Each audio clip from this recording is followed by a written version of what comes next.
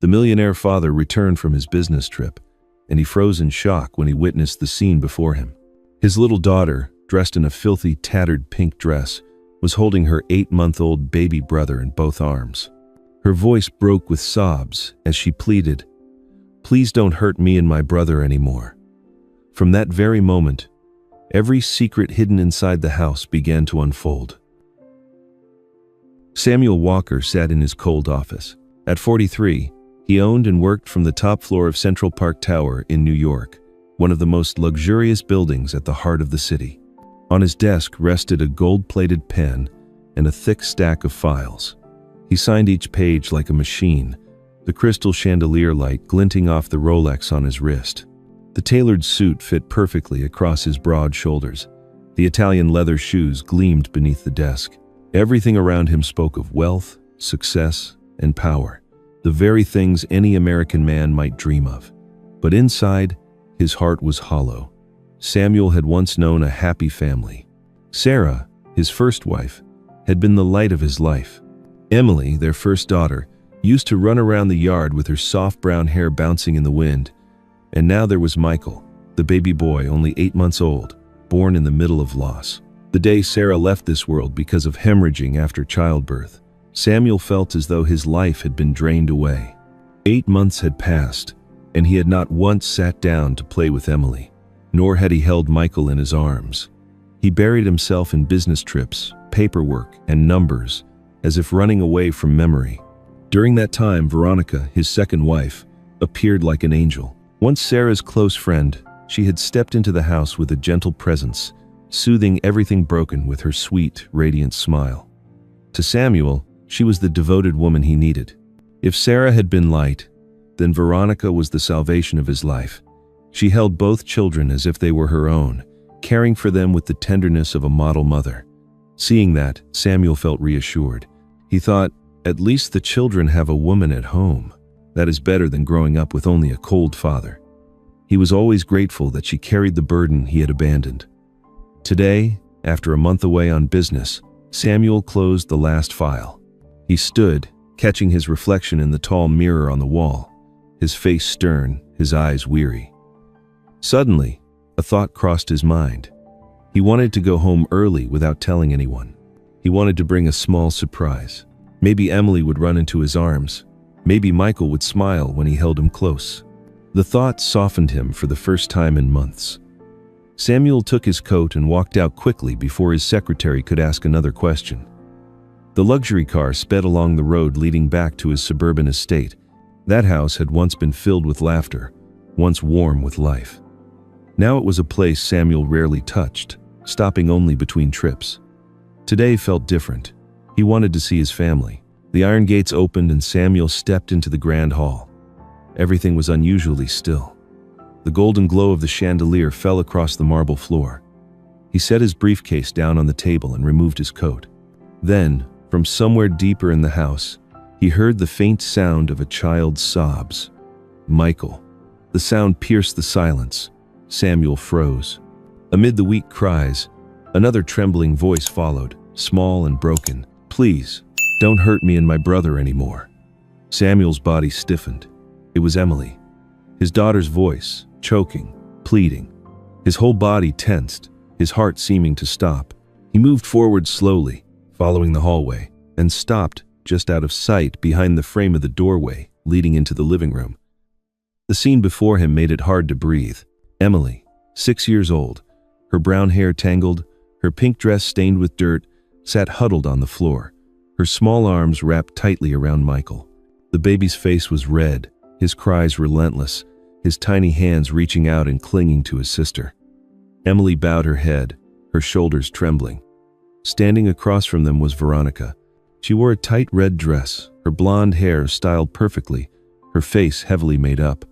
But her voice was nothing like the sweetness she showed Samuel. It was sharp, each word cutting like glass. "Shut up.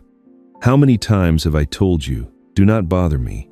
If you don't listen, I will throw both of you out on the street again." Samuel rushed forward, placing himself between Veronica and the children. "Stop." His voice was hoarse but firm. He reached out, trying to take Michael, his movements clumsy after so long without holding his son. "Let me hold him. Emily, come here to Daddy." The girl froze, her fingers gripping the edge of her dress. Samuel hesitated for half a beat, his hand hovering in the air before pulling back, standing protectively in front of them, by instinct alone. A flash of venom crossed Veronica's eyes, sharp as a needle. In an instant, it vanished behind a gentle smile. "You're back? I was just teaching the kids some discipline. They were being too wild." She stepped closer, placing a light hand on the sleeve of Samuel's jacket, her voice softening like honey. "You must be tired after coming home. Don't get so worked up over a moment of childish whining. The doctor said kids need discipline, didn't he? I've been with them all month. I understand their behavior better." Samuel held Michael tightly, his throat burning. He glanced at Emily, saw the panic in her eyes, then back at Veronica's tender smile. She tilted her head, pressing her lips together as if with pity. "Or maybe, you just feel guilty for being away too long so everything looks worse than it is? Don't weigh yourself down. Children look at the adults around them." The words slipped out soft as a breeze, but sharp as a blade. Samuel lowered his eyes, swallowing hard. He spoke slowly, struggling to keep calm. "I don't want to hear crying like that in this house." Veronica seized the words, twisting them into her excuse. "Exactly. That's why I'll handle it the gentlest way. Go take a shower, change, make yourself comfortable. Don't let the kids see us at odds. It's not good for their minds." As she finished, she cast a sidelong glance at Emily. A single faint smirk was enough to make the girl bow her head. A snake hidden beneath velvet, and Samuel saw it though he could not name it in time. He stood frozen. Half anger, half guilt tangled into a knot inside him. One painful, haunting question echoed in his mind. What did I just witness? Samuel took a deep breath, adjusted the child in his arms so he would not slip, then stepped into the living room as if everything were still normal. Veronica had already put on a gentle look, her voice warm but clearly forced. "You came home early, you surprised me. I'll tell the kitchen to prepare dinner. Sit and rest. I'll take care of the rest." Samuel nodded. He glanced at Michael, who was still sobbing, his chest tightening with the feeling that he had missed something deeply important during the past 8 months.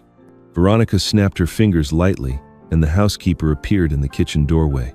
It was Mrs. Whitman, an older woman who had worked for the family since the days when Sarah was alive. She was discreet, well-mannered, and spoke little. She bowed gently to Samuel, then returned inside to set the table. Dinner was quickly arranged. The yellow light reflected on the silver cutlery, the smell of chicken soup rose warmly, yet it could not drive away the cold inside Samuel. He sat at the head of the table, Veronica to his right, Emily across from him, and Michael in a small chair, his eyes still wet and unsettled. "Eat, sweetheart, so you'll grow strong," Veronica spoke as she placed a piece of meat into Emily's bowl. Her voice was sweet as honey, her smile fixed in place, but the hand she laid on the girl's shoulder pressed a little too firmly. Samuel saw Emily's small shoulders flinch and the spoon in her hand tremble. He leaned slightly forward, observing more carefully. On Emily's left wrist were faint purple marks, stretched like fading bruises. Samuel's heart pounded, and he heard his own voice rise, slow and heavy. "Emily, has anyone at school been bullying you?" The girl startled. Her eyes flashed with fear before dropping quickly. Her voice was small, barely a whisper. No, Father." Veronica let out a soft laugh and turned to Samuel. "Children bump into each other when they play. I keep reminding her to be careful." Samuel stayed silent, twirling the spoon in his hand. A wave of guilt ran down his spine, knowing that for months he had not been here to notice these little things. Suddenly, Michael kicked his legs. His lips curved downward, and a wail burst out into a long cry. Veronica stood, walked around to pick him up, her hand sliding under his arms but gripping too tightly. The movement was quick but without tenderness, and Michael screamed louder, his face flushed red. "Give him to me." Samuel quickly stood, extending his arms, his voice hoarse and urgent. Veronica glanced at him briefly, then handed the boy over. Samuel awkwardly caught him, his arms stiff like wood after so long without holding his son.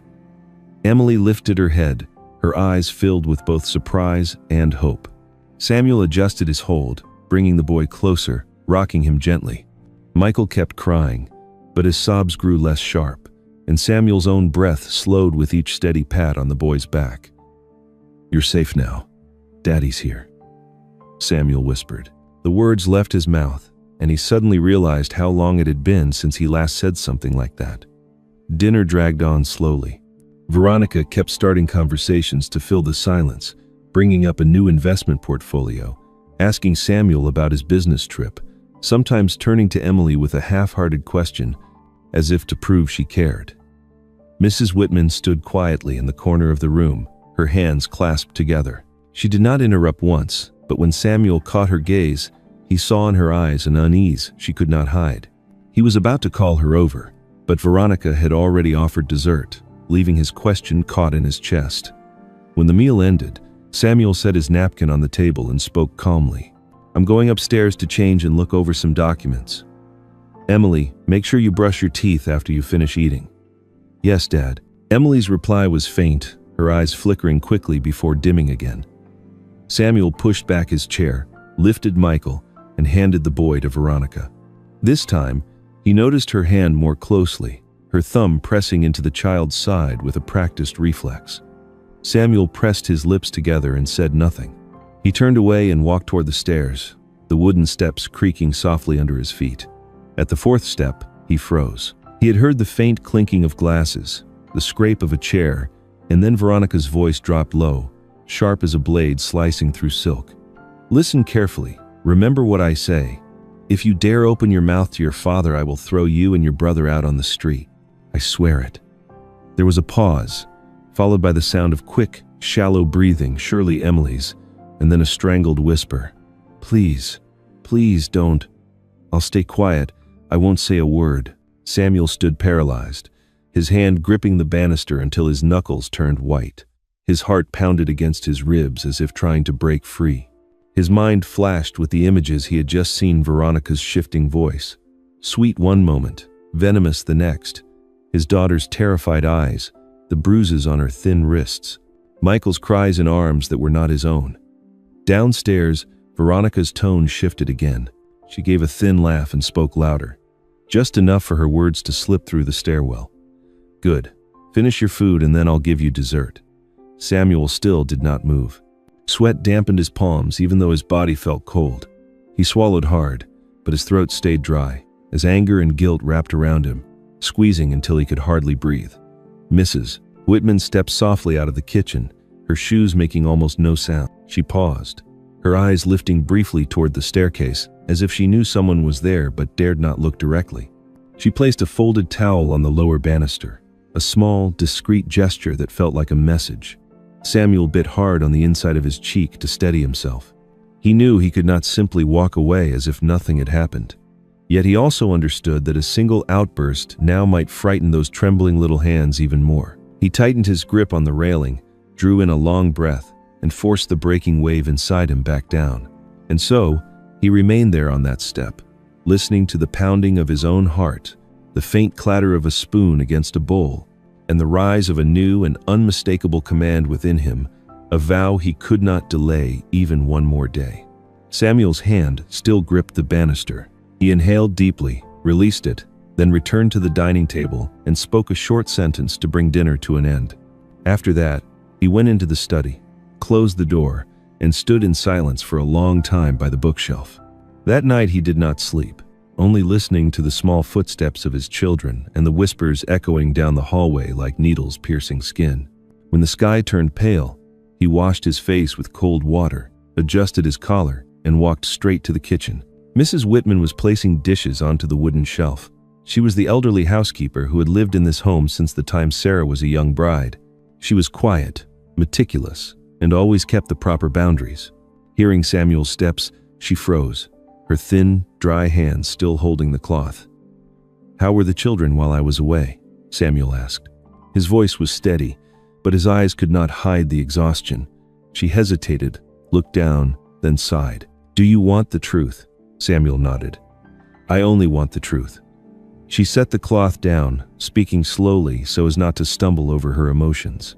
Some nights Miss Veronica made the girls stand on the porch for a long time just for dropping a spoon.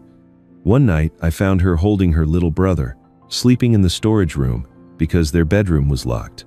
Many times Michael was given only very diluted milk. He cried from hunger until he fell asleep. I tried to intervene, but she told me I had no right to interfere with her way of raising them. Samuel felt his heart clench. The image of Sarah holding a bowl of porridge, lifting Emily onto the chair, smiling as she told a bedtime story came back like a blade cutting through memory. He swallowed, keeping his voice even. "Did you hear her make any threats?" "Yes." Her answer was soft, her eyes still fixed on the cloth. "She said if the girl ever told you, both children would be thrown out. She also threatened to fire me if I ever spoke of it. I truly am sorry, sir. She is far too cunning." Samuel shook his head, resting a hand on the back of a chair to keep it from trembling. "It is not your fault. From now on, if anything happens, you tell me directly. And, if necessary, would you be willing to testify?" She raised her eyes, and in them was a quiet resolve. "For the children, I am willing." That entire day, Samuel moved through the rooms as if inspecting an unfinished worksite. He called his office, postponed every meeting, excusing himself with family matters. He went into the children's room, opened the closet to check blankets, examined the bottles, and took notes in a tight, pressed script. Every small trace was like an accusation. Veronica smiled at him softly, inquiring about his work, but Samuel said little. He told her they would talk later and asked the kitchen to prepare a light dinner. He did not want to cause noise. He wanted to see clearly. The night fell very slowly. In the study, Samuel pushed the files aside until only the small frame of Sarah remained before him. He placed his hand on the wooden surface, an apology lodged in his throat. The desk lamp lit the lines at the corners of his eyes.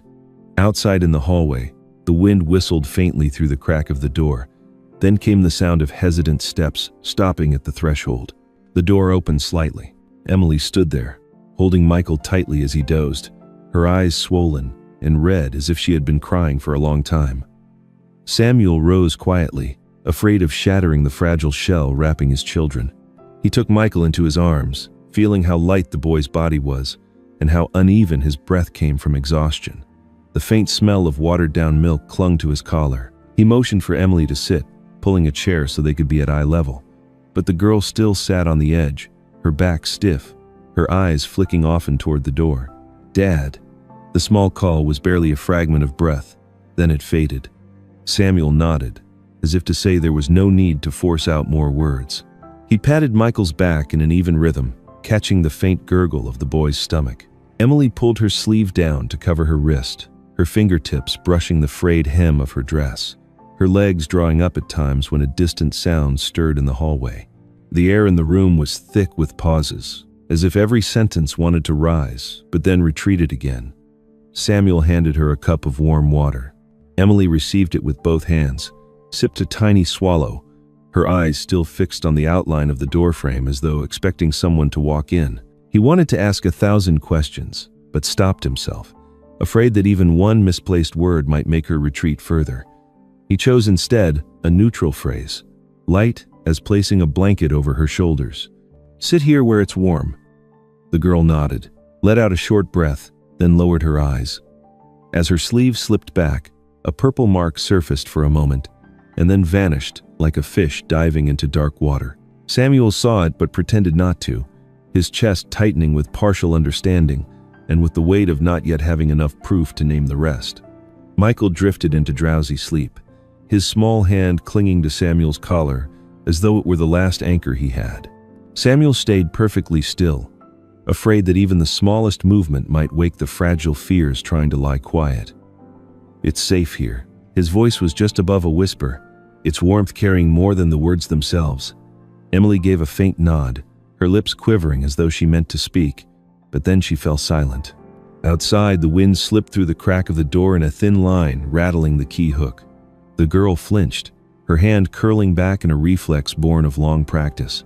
Samuel reached out, intending to rest a light touch on her wrist as reassurance. Emily recoiled slightly, her chair creaking the softest sound.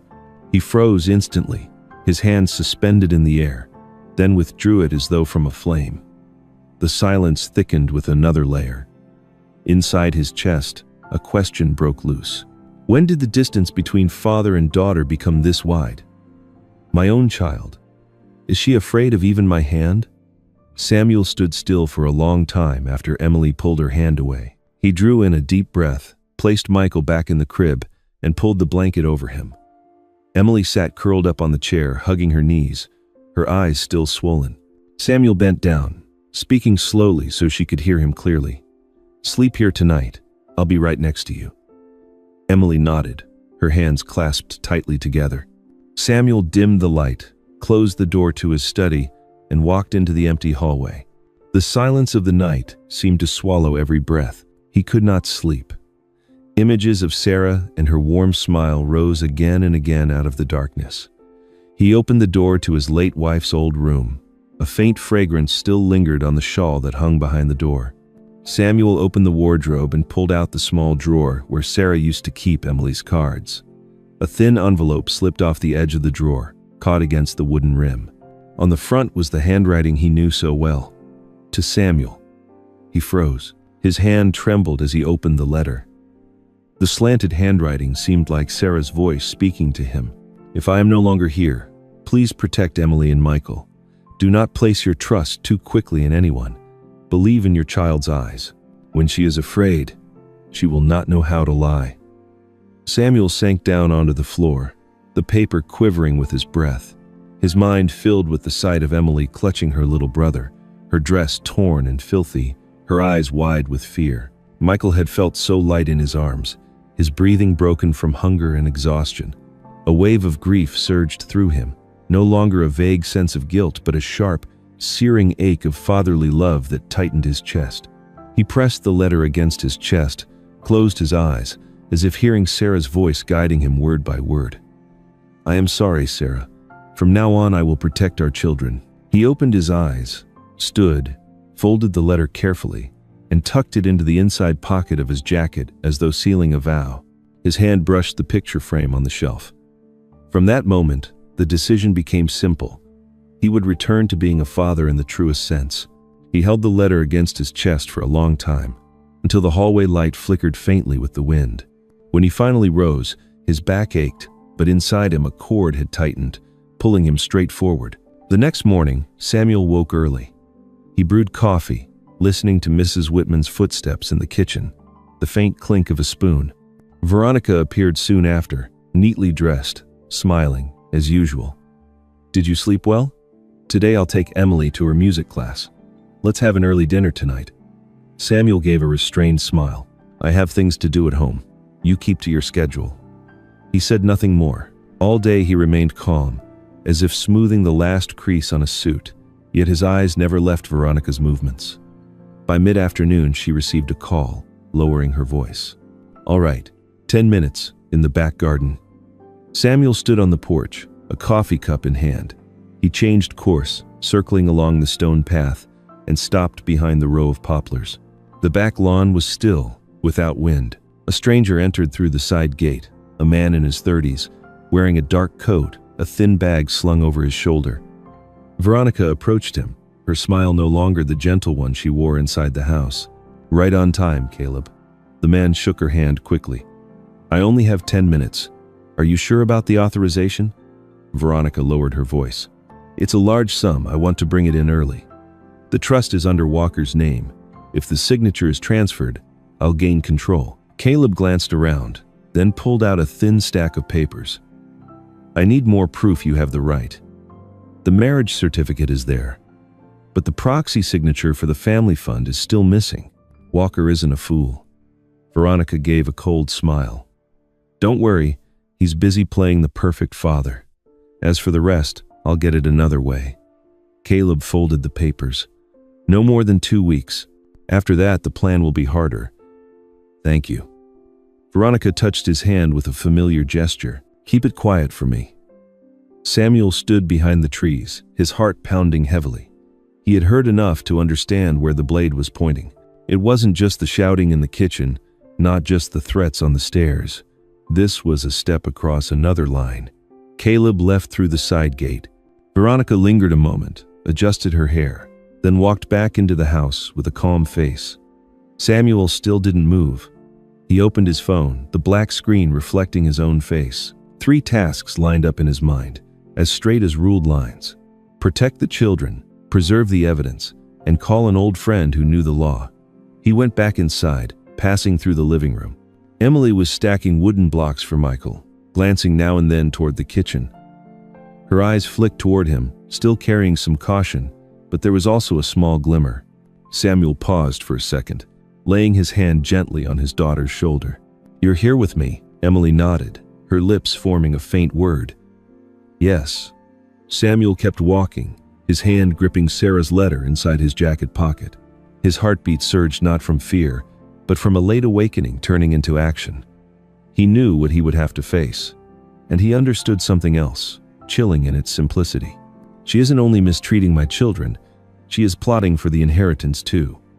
Samuel tightened his grip on the letter in his pocket and walked straight toward the living room. He stopped beside the play rug, bent down to pick up a wooden block that had rolled away, and placed it in Emily's hand. His voice lowered to reassure her. "You stay here with Daddy." Emily gave a slight nod, her eyes darting toward the kitchen, as if to check whether anyone was listening. That night, Samuel stayed in the living room longer than usual. He sat beside them, opened a children's book that Sarah used to read to Emily years ago, and read slowly, letting each word linger. His other hand tapped a steady rhythm on Michael's back until the boy's breathing became calm and even. Every time footsteps passed by, Emily stiffened, her little hand clutching at the hem of her dress, her gaze shifting to the window as if searching for an escape. Seeing this, Samuel whispered, "It's all right. Daddy is here." Veronica passed by once. She smiled faintly and asked as though in passing, "It's late. Let me take the children to their room. They have school tomorrow." Samuel looked up, his tone deliberately calm. "I'll do it." Veronica shrugged and turned away, leaving behind a trace of perfume that could not mask the unease beneath her polished manner. "Mrs. Whitman came carrying a warm glass of milk. She placed it on the table by the chair, her eyes glancing at the door before meeting Samuel's, as if to remind him not to let the children out of his sight. Samuel thanked her, urged Emily to take a few sips, then placed Michael in the portable crib, pulling it close beside his chair. He finished the page of the story in a steady, low voice. When the clock struck late, Samuel carried Michael and guided Emily toward the children's bedroom. The door stood ajar, the room tidy but cold. He straightened the blankets, laid the boy in the crib, pulled a small chair close for Emily to sit beside the bed, and spoke slowly. "Daddy is right here. Go to sleep." Emily nodded, but before closing her eyes, she still glanced outside as if waiting for some sound. Samuel dimmed the hallway light, stood at the doorway a while longer, then returned to his study, deciding to move his chair closer to the door so that with one glance he could still see the faint light spilling from the children's room. Near midnight, Samuel lifted his head from the stack of papers when he heard a faint metallic clink at the end of the hallway. He rose quickly, following the sound, his heartbeat racing before he could steady himself. Someone had turned off the hallway light, leaving the space blurred in shadow. Samuel flicked the switch, and the sudden brightness made him squint. In front of the children's room, Emily was sitting hunched on the floor, clutching Michael tightly, the baby hastily wrapped in a thin blanket. Her eyes were red, her cheek pressed against her brother's forehead to keep him warm. The lock on the outside of the door clicked just as it released, and Samuel understood at once. "Who left you out here?" Samuel asked, his voice hoarse with anger, though he managed to restrain it. She locked the room," Emily whispered, each word catching in her throat as her arms tightened protectively around her brother. Samuel knelt, gathered them both, holding Michael firmly against his chest while lifting Emily up with his other arm. "Come with Daddy." He carried the children back to his room, pushed the door until it met the frame, and locked it softly, moving slowly so as not to startle them. Samuel laid Michael in the middle of the bed, propped soft pillows around him, and pulled the blanket to his chest. He slid a chair close for Emily beside the edge of the bed, then poured the rest of the warm milk into a small cup. "Drink a little before you sleep. You're tired already." Emily clutched the cup with both hands, her lips pressed tight to hold back a sob, her eyes fixed on her father's mouth as if waiting for a clear promise. Samuel sat down on the edge of the bed, his hand resting on the blanket covering his daughter's legs. He did not touch her skin for fear she might flinch, but he left the warmth of his hand there like an invisible thread connecting them. "I'm here. Tonight you'll sleep in my room." In the softened glow of the night lamp, Emily looked up, her gaze lingering on the face of the man who had only appeared in brief flashes over the past 8 months between work trips. Her voice trembled, breaking at the end of the sentence. "Dad, are you going to abandon us like my stepmother said?" Samuel froze, his breath caught in his chest. Words, so natural before, now vanished.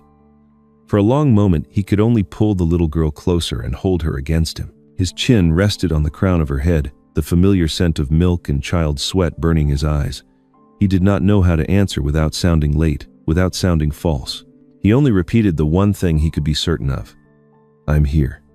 Emily gave the faintest nod, her small hand gripping the hem of his shirt like holding onto a piece of driftwood. Michael stirred, let out a faint murmur, and drifted back into sleep. Samuel stayed still, listening to the breaths of the two children blending together, his own heartbeat slowing and heavy, like a silent promise being signed again in the dark. From the hallway came the sound of footsteps, stopping right outside the bedroom door. Samuel tensed instinctively, his arm tightening protectively around Emily's shoulders. Through the crack in the door came Veronica's voice, smooth as silk yet cold as thin steel. "I think we need to talk, Samuel." Samuel gently squeezed Emily's shoulder to reassure her, then set her down on the bed and pulled the blanket up for Michael. He stood, opened the door just enough for Veronica to see him. "The kids are asleep. Whatever it is, we'll talk in the morning." Veronica smiled, stepped back, her voice still soft. "As you wish." The door closed. Samuel sat down in the chair, pulled out his phone, and dialed a familiar number. "Richard, come by my house tomorrow evening. There's something in the portfolio we need to discuss." On the other end, the man answered briefly. "All right, 7 o'clock. Richard Coleman was a corporate attorney in his 40s, discreet and straightforward. He had been with Samuel since his earliest deals, understood how Samuel thought, and could read details most people overlooked. He wasn't only skilled with contracts, but also deeply knowledgeable about family trusts and asset protection, which was why Samuel believed Richard's presence would be far more valuable than a polite dinner. The next evening, Veronica took charge of the kitchen. She chose a white tablecloth, arranged red roses, and set gleaming silverware in place. When Richard arrived, Veronica came out to greet him with just the right smile, carrying the poise of a perfect hostess. "Such a pleasure to meet you, Mr. Coleman. Please, come in." Richard shook Samuel's hand, his gaze sweeping the room before stopping at the corner where Emily was holding Michael. He nodded to the children with a warm smile. Dinner began with soup. Veronica was attentive to every gesture in front of the guest.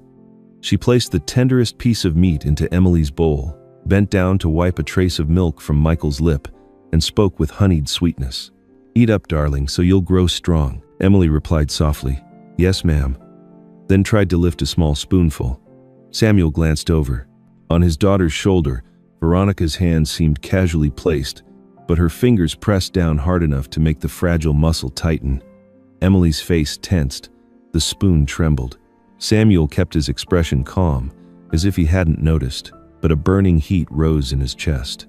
Richard filled the silence with business talk. "I reviewed the infrastructure fund update. The allocation is leaning too heavily toward bonds."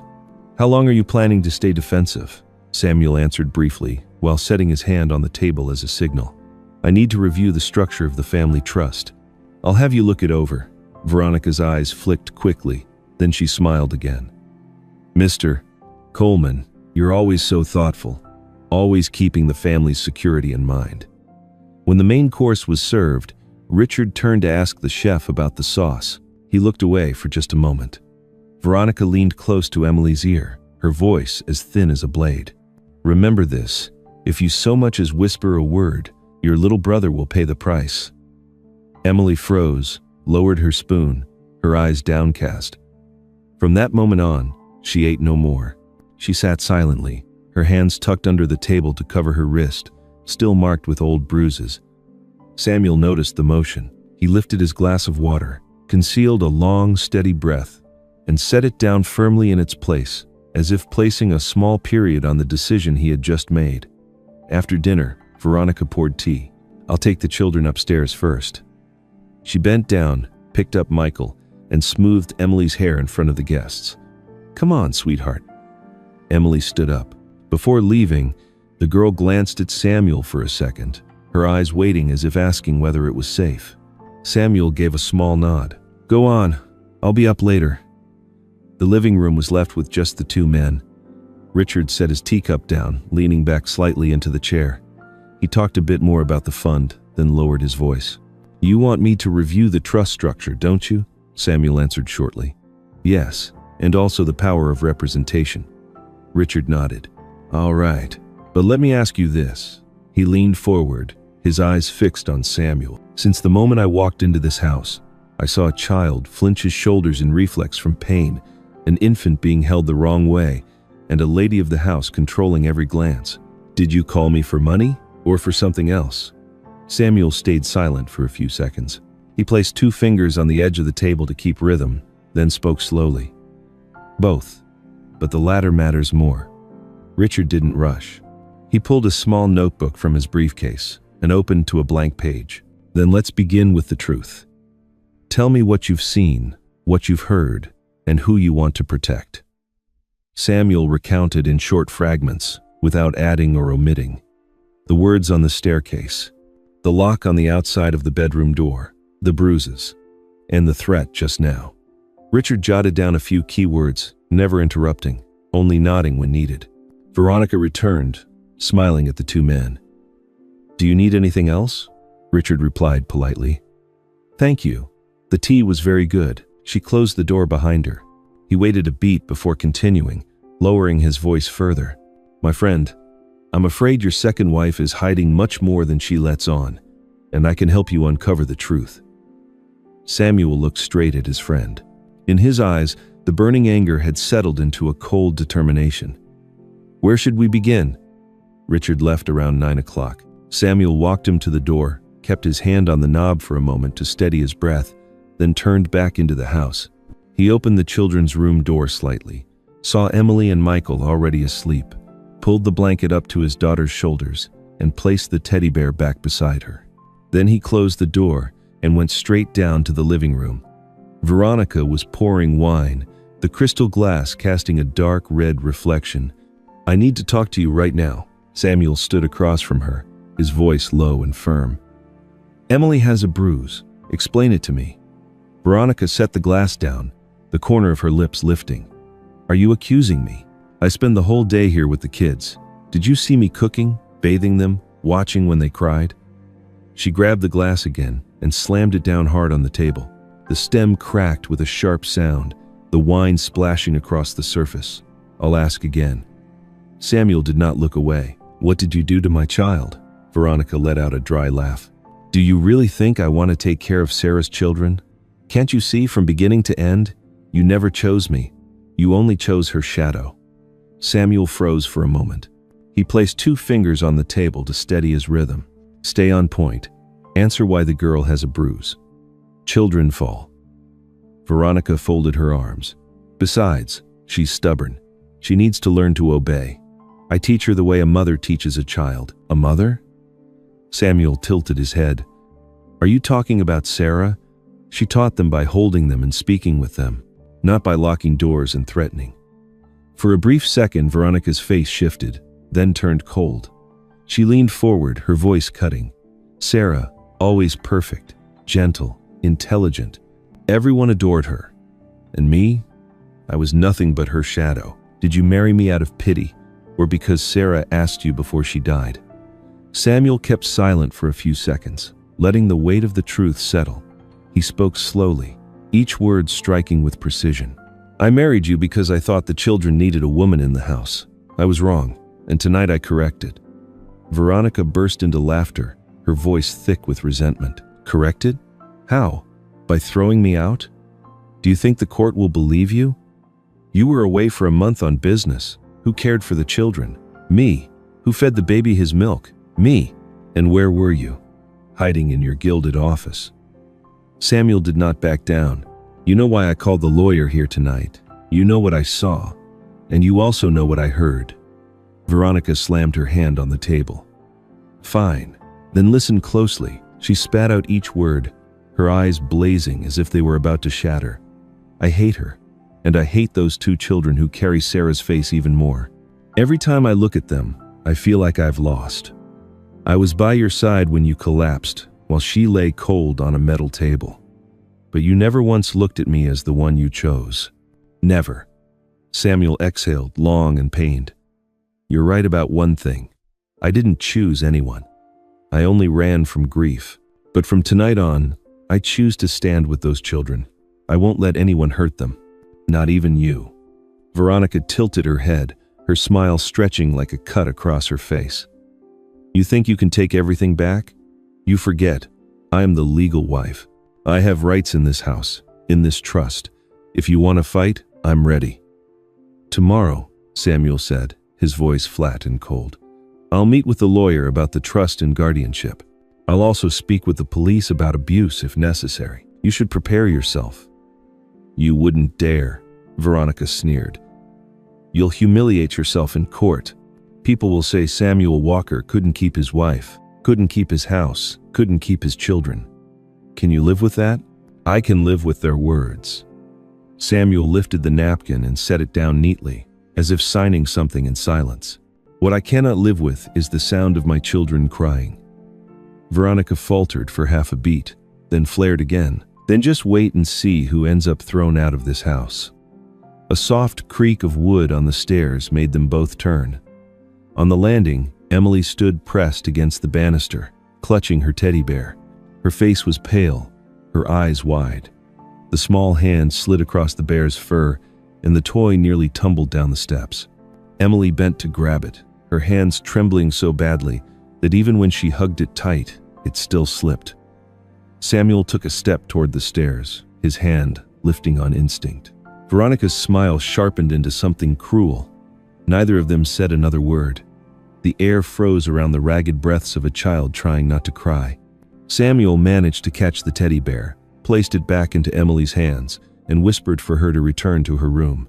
He closed the door, leaned against it for a few seconds to steady his breathing, then dialed Richard's number. We start the process tomorrow morning. On the other end, Richard gave only a short reply. See you at Lincoln, 9 o'clock. The next morning, the family court hallway in Lincoln smelled of paper and weak coffee. Richard Coleman walked beside Samuel, holding a thick file that already included Mrs. Whitman's statement and photos of the bruises. Emily clutched Samuel's hand, while Michael had been left with a court-appointed babysitter outside the courtroom. Veronica arrived with a man in a dark blue suit, her attorney, named Alan Pierce. She wore light makeup, held a tissue, and her eyes glistened just enough in the right places. Case number 14 Farad, the clerk called out. Walker petitioning for emergency protection for minors. All four walked in, all rise. The guard's voice was steady. Judge Eleanor Myers sat above them. She was about 50, with bright eyes, a woman who spoke little but observed much. Richard began. Your Honor, we request an emergency protection order and restrictions on contact for the respondent, Veronica Hayes, on the basis of emotional abuse and neglect. We have the housekeeper's testimony, photographs of the injuries, and a letter from the plaintiff's late wife as context. Alan lifted his chin, cutting in immediately. Your Honor, my client is a devoted stepmother. These accusations are speculation. There is no direct evidence. Veronica dabbed at the corner of her eye. The girl is sensitive, Your Honor. I only disciplined her as any mother would. The judge nodded. Call the witness. Mrs. Whitman stepped up to the stand, her hands clasped together. Richard asked concisely, What did you see? I saw the girl repeatedly forced to stand outside on the porch. One night, she had to sleep in the storage room with her brother because her bedroom door was locked. The boy was often given only watered-down milk. I heard Mrs. Veronica threaten to throw them out if the girl told her father. Richard asked, You are certain it was the respondent's voice? Yes. I was 2 meters away. Alan approached, his tone flat. How old are you? 62.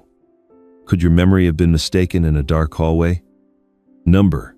Her answer was short. I worked in that house for 10 years. I do not mistake her voice. Alan raised his brow. Do you have any personal grudge against my client? Number. I am only afraid for the children. Richard presented a stack of photographs. Photographs of bruises on Emily's left wrist, taken 2 days ago, time-stamped. The judge examined them carefully, tilting her head slightly. Alan quickly countered. Children run. They fall. Injuries are normal. The photos don't prove who caused them. Veronica lowered her face, sobbing at just the right rhythm. I did my best. He was gone for months on business trips. Everything fell on me. Samuel stood upright, his hands clasped together to steady his trembling. Richard moved on to the letter. This is a letter Mrs. Sarah Walker left behind. It is not behavioral evidence, but it provides context about the family and her instruction to protect the children. The letter was handed up. The judge read a portion, paused for a few seconds, then set it down. The court acknowledges it. The courtroom was tense, like a drawn string. The judge glanced from one side to the other. The court requires more direct evidence. Can the child speak? Richard looked at Samuel, as if asking for permission. Samuel leaned down, whispering to Emily. You don't have to say anything if you're afraid. I'm right here. Emily looked at the high chair where the judge sat, then at her father's open hand waiting for her. She took a short breath. I want to speak. Emily stepped up to the witness stand. Her shoes tapped softly against the wooden edge. The clerk asked her name and age.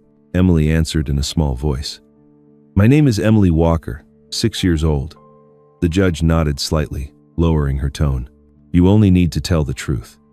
Emily looked down at her hands, then raised her head, this time staring straight ahead. She said if I told my dad, she would throw me and my brother out onto the street. But I can't stay silent anymore. I don't want my little brother to grow up in fear. Her voice cracked on the last word, but she did not cry. From the bench below, Samuel lifted a hand to cover his eyes, his breath escaping in a short sob. Richard set his pen down, not writing another word. The room was silent. Judge Myers leaned back in her chair, her fingers interlaced. She looked at Veronica, then at Alan. She looked at Samuel, and then back to Emily. Thank you, child. Alan tried to recover. Your Honor, a child's words can be influenced. The judge raised her hand. That's enough. She turned to the clerk. Bring me the photographs again, and summon the child protection officer waiting in the hallway to come in after the session. Then she lowered her voice to Emily. Would you like to sit with the clerk for a while? Emily nodded, stepped down, passed by Samuel, and paused for half a second. Samuel squeezed her hand gently. The air had just begun to loosen when Veronica's chair suddenly screeched back. She shot to her feet, pointing toward the witness stand, her voice bursting out like a lid blown off. Liar, you're just like your mother, always pretending to be so saintly. Veronica's scream was still trembling in the courtroom when the bailiff stepped forward quickly, placing his hand out to stop her from advancing further. Judge Myers struck the gavel 3 times, his voice sharp and decisive. Order, the defendant will sit down immediately. Veronica let out a harsh laugh, but her shoulders had stiffened. Alan tugged at her sleeve, whispering a few words in an attempt to suppress the fire that had just flared up. Richard leaned forward to shield Emily from the sight. Samuel placed the flat of his hand on his daughter's back, calming her with the gentlest touch. The judge glanced over the file once more, then raised his eyes. Based on the testimony, the photographs of the injuries, the contextual letter, along with the threatening behavior directed at a minor, the court issues an emergency protective order. The defendant, Veronica Hayes, is hereby suspended from all custody and visitation rights until a final ruling is made.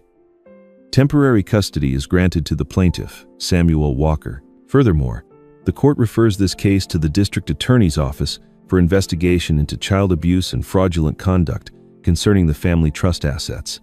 At the clerk's instruction, Carla Reyes, a social worker from the Department of Child Services, entered the room. She was about 35 years old, her voice steady, a professional who had handled many similar cases before. She bowed to the judge, then turned to Samuel. I will coordinate to ensure safety starting right now. Emily clung even tighter to Samuel's hand. He nodded, his eyes moist. The judge paused briefly, fixing his gaze directly on Veronica. The court also notes the defendant's insulting and threatening behavior toward a child inside this courtroom. The defendant is held in contempt of court and remanded to custody for 24 hours. Veronica's eyes bulged. Alan leaned closer, lowering his voice in a desperate plea, but the bailiff had already motioned for her to follow procedure. The gavel fell one final time. This temporary hearing is adjourned. Samuel bent down and held Emily tightly. The little girl buried her face against his shoulder, the stuffed bear wedged between her small arms. He wrapped another arm around Michael when Carla brought the boy closer, as if afraid that even the smallest gap might let the cold wind seep in. Tears poured down his face before he could wipe them away. Richard placed a hand on his friend's shoulder, silent.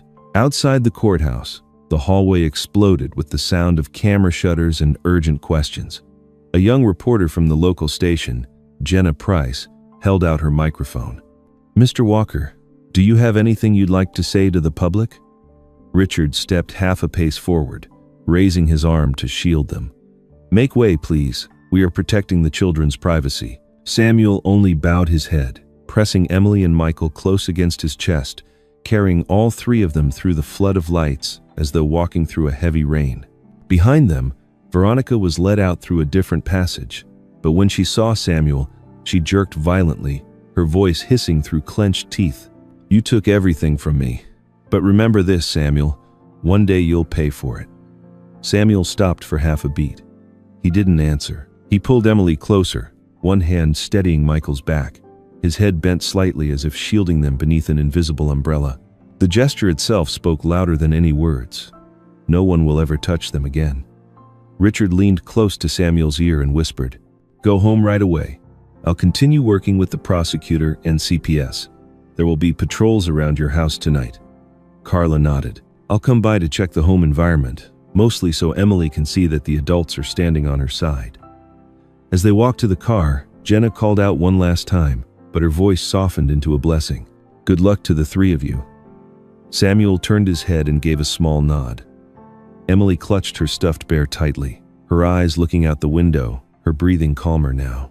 Night fell quickly over the courthouse parking lot. In the back corridor, the metal door shut with a dry, sharp click. Veronica sat inside a small holding cell, the white light glaring down on a face drained pale with rage.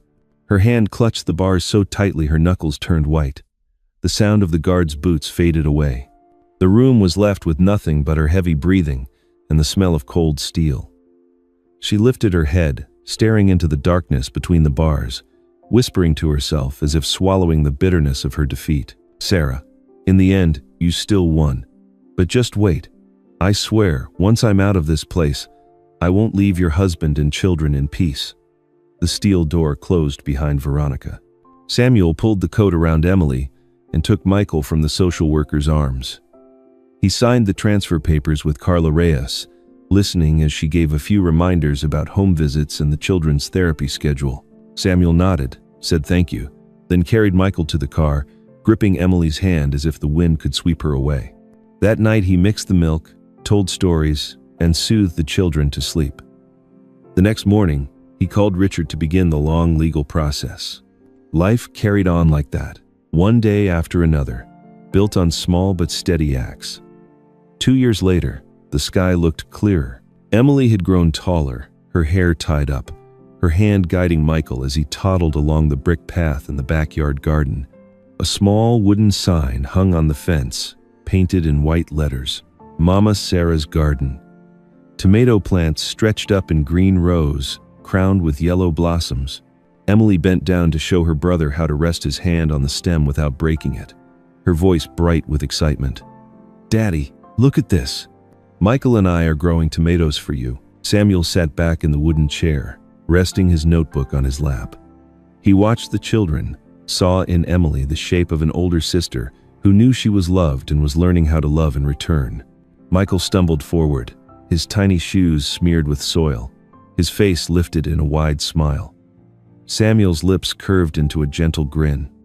Deep inside, he whispered a line meant only for the one no longer there.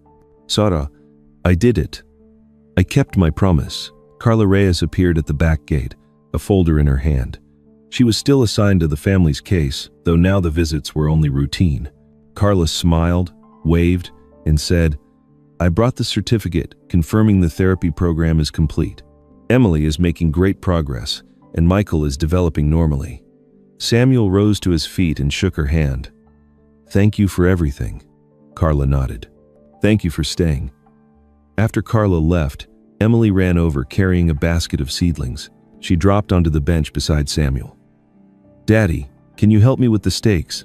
I didn't tie them tight enough." Samuel held the twine, showing her carefully as he explained. "Wrap it like this, snug enough to hold but loose enough for the plant to breathe." Michael lingered nearby, every so often pressing a stone into his father's hand as though it were a gift. Samuel slipped each one into his pocket, not missing a single piece. A while later, Emily set the basket down and leaned her head against her father's shoulder. The scent of sun and soil clung to her hair, the truest perfume he had ever known. Samuel remembered the first hearing, when those small shoulders trembled with fear.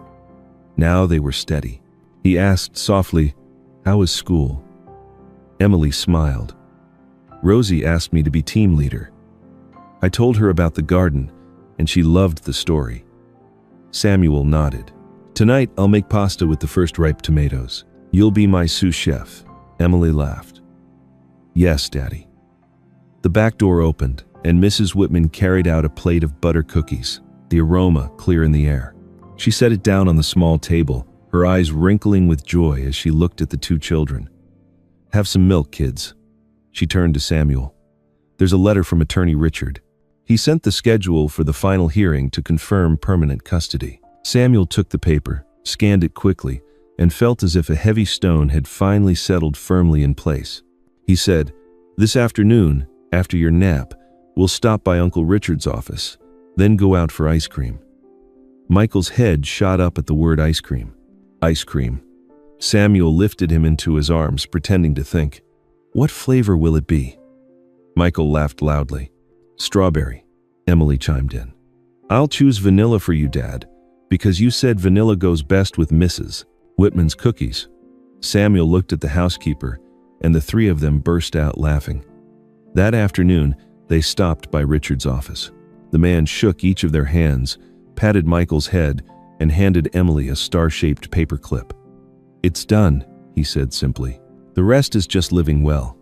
On the way back, Emily held the clip like a treasure, occasionally lifting it to the window so the sunlight could shine through. When they returned to the garden, the day was already fading. Samuel washed his hands and went into the kitchen. Emily stood beside him rinsing tomatoes, while Michael counted strands of pasta by laying them one by one on the table like pieces of a railroad track. Samuel lit the stove, stirred garlic in the pan, and every so often glanced at his children, seeing in that picture a steady rhythm of life he once thought he could never reach again. When dinner was ready, Emily clasped her hands behind her back, cleared her throat like a tiny announcer, and said, "Ladies and gentlemen, the chef proudly presents Walker family pasta with tomato sauce from Mom Sarah's garden." Michael clapped. Samuel laughed heartily. "I invite our two distinguished guests to enjoy the meal." After dinner, Emily ran around the garden, then suddenly stopped, turned back, and hugged him tightly. "Dad, now we're really a family, aren't we?" Samuel lifted her onto a chair, wrapped his arms around her, and answered firmly, "Yes, and it will always be that way." Michael hugged their legs, trying to squeeze into the family embrace. Samuel gathered both children into his arms and leaned back in the chair. Night fell, but the garden stayed warm with their presence. The shadows of the three overlapped on the grass, forming one solid shape. In the corner, tomato stakes stood upright, the twine holding them just enough without choking, the way Samuel had learned to hold his family together. He looked up at the wooden sign and brushed his fingertips across Sarah's name. In that quiet moment, Samuel realized he was no longer afraid of courtrooms, flashing cameras, or empty threats. What he held now was his children's laughter, their peaceful sleep, and the steady heartbeat of a true home. Those things were not loud, but they endured. Emily yawned and nestled her head against his shoulder. Michael dozed off with a tiny green tomato still in his hand. Samuel carried them both inside, turned off the lights one by one, checked the locks, and stopped by the children's room once more. He stood at the doorway, listening to their steady breathing, then stepped back and closed the door with a gentle touch. Outside, the night breeze brushed against the fence, carrying the scent of young tomato leaves. Inside, Sarah's photograph on the shelf seemed like a quiet blessing of peace. The story closes with the image of a father and his two children in a lush green garden, with a simple yet profound confirmation. When an adult chooses to stop and listen, a child can escape the shadows. That is the simple but powerful message. The wicked will be punished, the good will be rewarded, and justice must be built upon truth, courage, and unconditional love. Samuel was not perfect, but he returned at the right time, stood up to protect Emily and Michael, and made amends through his actions every single day. We too can do the same for the children around us. What do you think about Emily's journey from silence to speaking out? Which part touched you the most? The whispered words, "Please don't hurt me and my brother anymore." Sarah's letter, or the moment Samuel said, "I'm here." If it were you, what would you do when you noticed even the smallest signal of a child crying for help? Share your thoughts so we can talk together and spread the meaning of this story. I also want to ask how you are doing. Are you watching from somewhere far away, late at night, or maybe in the middle of a busy day? If today has been exhausting, I hope this story gives you a moment of peace. Don't forget to drink some water, rest your eyes, and hug your loved ones if you can. If you believe in heartwarming stories and emotional stories that can lift people up, share this video so that someone else might find strength too. Would you like me to continue telling more journeys of healing, or dive deeper into one of the characters in this story? Leave me a comment and let me know. Thank you for being here, for listening with your whole heart. We will meet again in the next story.